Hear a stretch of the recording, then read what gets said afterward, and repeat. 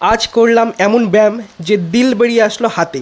আর এই বাটার রেসিপিটার জন্য খাওয়া হয়ে গেল একটু বেশি। তো চলো বলি প্রথম থেকে যে সানডে কাটলো কিভাবে। ঘুম থেকে উঠে ঠাকুরকে প্রণাম করে তারপর থাকে আমার যেগুলো যাবতীয় কাজ সেগুলো সব সেরে নিয়ে চলে গেলাম ফ্রেশ হতে। তারপর ফ্রেশ হয়ে এসে একটু দেখতে হবে পাম্প, তাই ক্যামেরার সামনে দাঁড়িয়ে একটু দেখছিলাম কেমন লাগছে, দেখছিলাম একটু নিজের বডিটা। আর এই যে দেখছো আমার ছোট ছোট ডেল শোল্ডার, এটার উপরেই করবো টর্চার, কারণ এটাকে আজকে করতে হবে একটু বড়। তার জন্য রেডি হয়ে নিলাম আর রেডি হয়ে বসে পড়লাম 1 লিটার জল নিয়ে। জলের পর খেয়ে নিলাম 1 কাপ ছাতু, তারপর বেরিয়ে পড়লাম বাইরে। আর বাইরের ওয়েদার দেখে তো আজ দিল গার্ডেন গার্ডেন হয়ে গেল, কারণ বাইরের ওয়েদারটা ছিল আজ খুব শান্ত, মেঘে ভরা আকাশ, ঠান্ডা হাওয়া, সাথে ঝিরিঝিরি বৃষ্টি।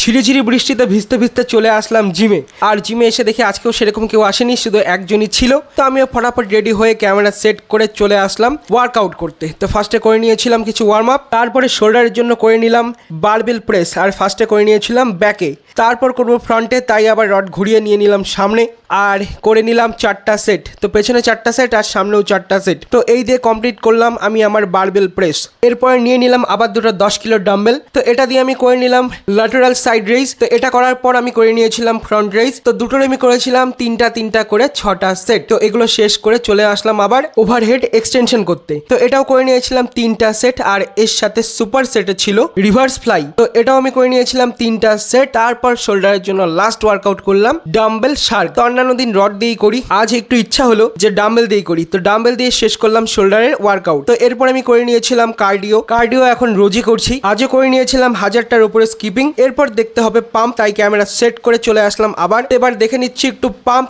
দেখো শোল্ডারটা আমার কেমন লাগছে, যদিও খুব কমজোর, তবুও একটু চেষ্টা করছি পাম্প করার। আগের থেকে একটু হলেও গ্রোথ হয়েছে। তো সাইড থেকে দেখো বেশ ভালোই কিন্তু লাগছে। ব্যায়াম করে পাম্প দেখে এবার আমি বেরিয়ে পড়লাম। আর বেরিয়ে তো দেখি আমার বাইকটা চারদিক থেকে আটকানো, সবাই এমন করে বাইক রেখেছে। তো বাইক সরিয়ে আমারটা আমি বের করে নিলাম। তখনও দেখি আকাশটা সেম একই রয়েছে, মেঘলা ওয়েদার। এই সুন্দর ওয়েদার দেখতে দেখতে পৌঁছে গেলাম বাড়ি। তো বাড়িতে এসে প্রথম যেটা কাজ, দৌড়ানো আগে রান্না করে, কারণ পেয়ে যায় আমার প্রচন্ড খিদে। তো বসে বললাম খেতে।